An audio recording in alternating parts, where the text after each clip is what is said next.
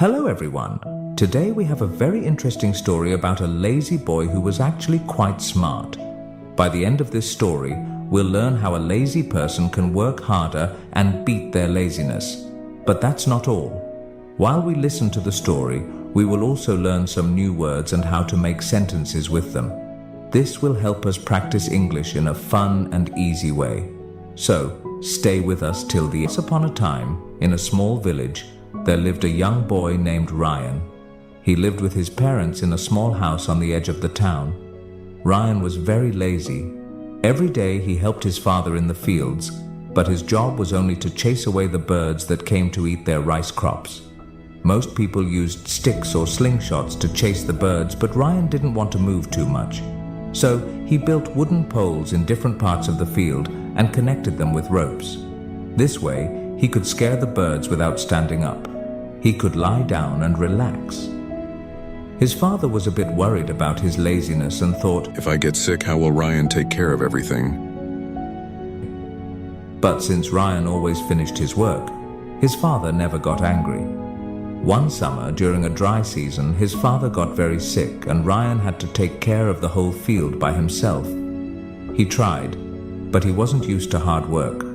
After a few weeks, the crops started to die because they didn't get enough water and Ryan couldn't save them alone. That night, Ryan sat outside under the stars, feeling useless and disappointed. He thought, "Why didn't I ever try harder? Now my family's hope is gone." The next morning, he heard people talking in the village. Ryan went to see what was happening. There, a soldier was announcing a big competition at the king's palace. The winner would get a chest of gold. Ryan thought, "This could save my family." Without thinking much, Ryan said he would join the competition.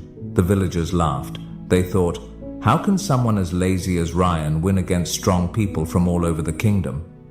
But Ryan didn't care. He had 3 days to reach the palace, so he left early. His parents didn't think Ryan would win, but they hoped this would make him work harder and change his lazy ways. After 3 days, the competition started. All the participants were gathered near a big lake. Many of them were strong and fit, which made Ryan nervous. "How can I beat these people?" he thought. Then the rules were announced. They had to cross the lake, and the first 3 people to finish would go to the next round. The countdown started. 3, 2, 1, go. Everyone jumped into the lake and started swimming, but Ryan stayed behind. He thought, "There's no way I can win if I just swim." Suddenly, Ryan had an idea. He ran into the nearby forest, found some broken branches and made a small raft. He used another piece of wood as a paddle. Ryan thought, "This is a race to cross the lake, not a swimming race. I may not be strong, but I can be smart."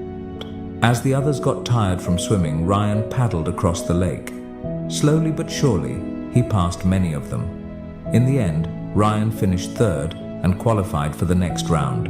2 other participants who were very strong also made it. The next day, the final competition began. Each contestant was given a big wooden block.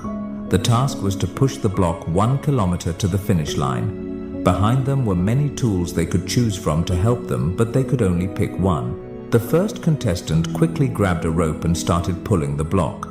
The second contestant took a piece of wood to use as a lever to move his block. Ryan, however, didn't rush.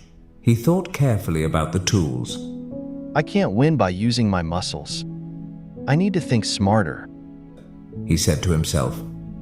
After thinking for a while, Ryan picked a small knife. The crowd was confused. How could a knife help him move such a big block? But instead of pushing the block, Ryan started carving it. He cut the block into a round shape, like a ball. After 1 hour, Ryan finished carving. Now, instead of a heavy block, he had a wooden ball. Ryan pushed the ball easily while the other contestants struggled with their heavy blocks. He rolled it down the road, catching up to the others. With all his strength and determination, Ryan was the first to cross the finish line. The crowd cheered loudly. No one had expected the lazy boy to win. This story shows us that lazy people can be smart. But to achieve something great, they need a big reason, like Ryan's love for his family. So, If you ever feel lazy, find a strong reason to work hard. Whether it's for your family, your dreams, or proving others wrong, a big goal can motivate you to give your best. Today, we also learned new words and sentences through this story. Remember, learning English can be fun when you practice regularly. So keep listening, learning, and growing. And don't forget to subscribe. Thank you for watching, and I'll see you in the next story.